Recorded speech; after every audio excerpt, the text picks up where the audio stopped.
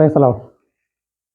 മറ്റൊരു വിഷയം കൂടെ നോക്കുകയാണ്. മുഴുവൻ സഭകളും പരിശുദ്ധാത്മാവില്ലാത്തതിനാൽ ബുദ്ധിയിൽ ഗ്രഹിച്ച് പഠിപ്പിക്കുന്ന തെറ്റായ കാര്യങ്ങളുടെ ശരിയായതാണ് വചനപ്രകാരം പറഞ്ഞിരുന്നത്.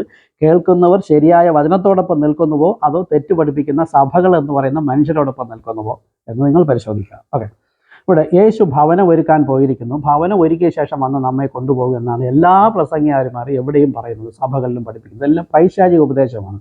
ഒന്നാമത്തെ മുദ്ര പൊട്ടിച്ചപ്പോൾ ഒരു വെള്ള കുതിരപ്പുറത്ത് ഒരുത്തൻ പുറപ്പെട്ടു വന്നു. അവൻ സഭയ്ക്കകത്ത് കയറിയിരിക്കുകയാണ്.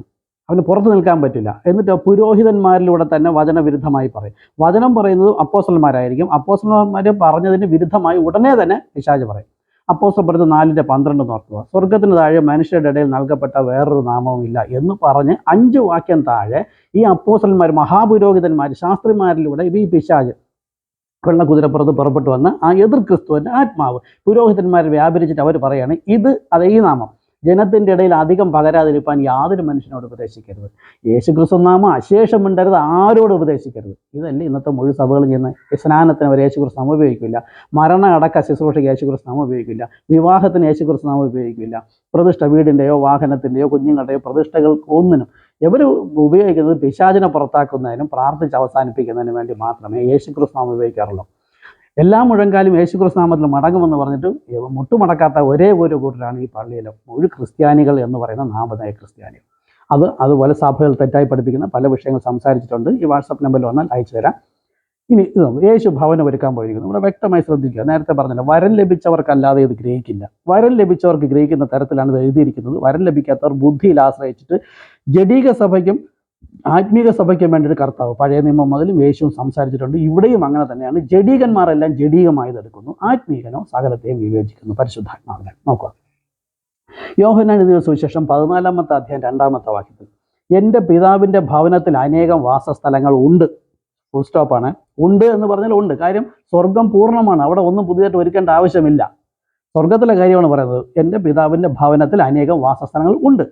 ഇനി ഇവർ ഒരുക്കാൻ പോകുമെന്ന് പറയുന്നത് ജഡീകമായി പറഞ്ഞിരിക്കുന്നത്. ഇത് ബൈബിൾ അങ്ങനെ തന്നെ തെറ്റിക്കുന്ന തരത്തിൽ അത് മരണവും വെച്ചു, ജീവനും വെച്ചു, നന്മയും വെച്ചു, തിന്മയും വെച്ചു, ശാപവും വെച്ചു, അനുഗ്രഹവും വെച്ചു. ഈ ജഡീക സഭ കത്തോലിക്ക മുതൽ പെന്തക്കോസ്ത് വരെയുള്ളവർ എടുക്കുന്നത് മുഴുവനും ജഡീകമായി മരണത്തിലേക്കുള്ള വചനങ്ങളാണ്.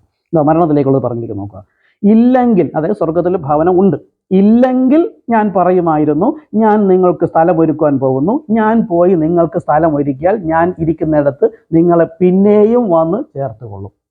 ഇല്ലെങ്കിൽ പറയുമെന്ന് പറഞ്ഞതിനെയാണ് ഇവരെടുത്തിട്ട് സ്ഥലം ഒരുക്കാൻ പോയിരിക്കുന്നു. ഇനി 2-3 വായ്മൊഴിയിൽ ഏത് കാര്യം ഉറപ്പിക്കാനല്ല. സ്ഥലം ഉണ്ട് എന്ന്, ഭവനം ഉണ്ട് എന്നതിന് മറ്റൊരു 2 കൊരിന്ത്യർ 5:1 വായിക്കുക. ഇവരെല്ലാം മരണ അടക്ക ശുശ്രൂഷയ്ക്ക് ഇതെല്ലാം പറയുന്നുണ്ട്, പക്ഷെ ഗ്രഹിക്കുന്നില്ല. കാര്യം എന്താ? വരം ലഭിച്ചിട്ടില്ല, പരിശുദ്ധാത്മ ലഭിച്ചിട്ടില്ല. അതുകൊണ്ടാണ് 2 കൊരിന്ത്യർ 5:1, കൂടാരമായ ഞങ്ങളുടെ ഭൗമഭവനം അഴിഞ്ഞു പോയാൽ, അതായത് ഈ ശരീരം, കൈപ്പണിയായിട്ടുള്ള ഈ ശരീരം അഴിഞ്ഞു പോയാൽ, കൈപ്പണി അല്ലാത്ത നിത്യഭവനമായി ദൈവത്തിൻ്റെ ദാനമായൊരു കെട്ടിടം ഞങ്ങൾക്ക് സ്വർഗത്തിൽ ഉണ്ട് എന്ന് അറിയുന്നു എന്നവർ വായിക്കുന്നു. എന്നിട്ട് പഠിപ്പിക്കുന്നതൊക്കെ സ്ഥലം ഒരുക്കാൻ പോയിരിക്കുന്നു. എത്ര പൈശാചികം ആലോചിച്ച് നോക്കൂ.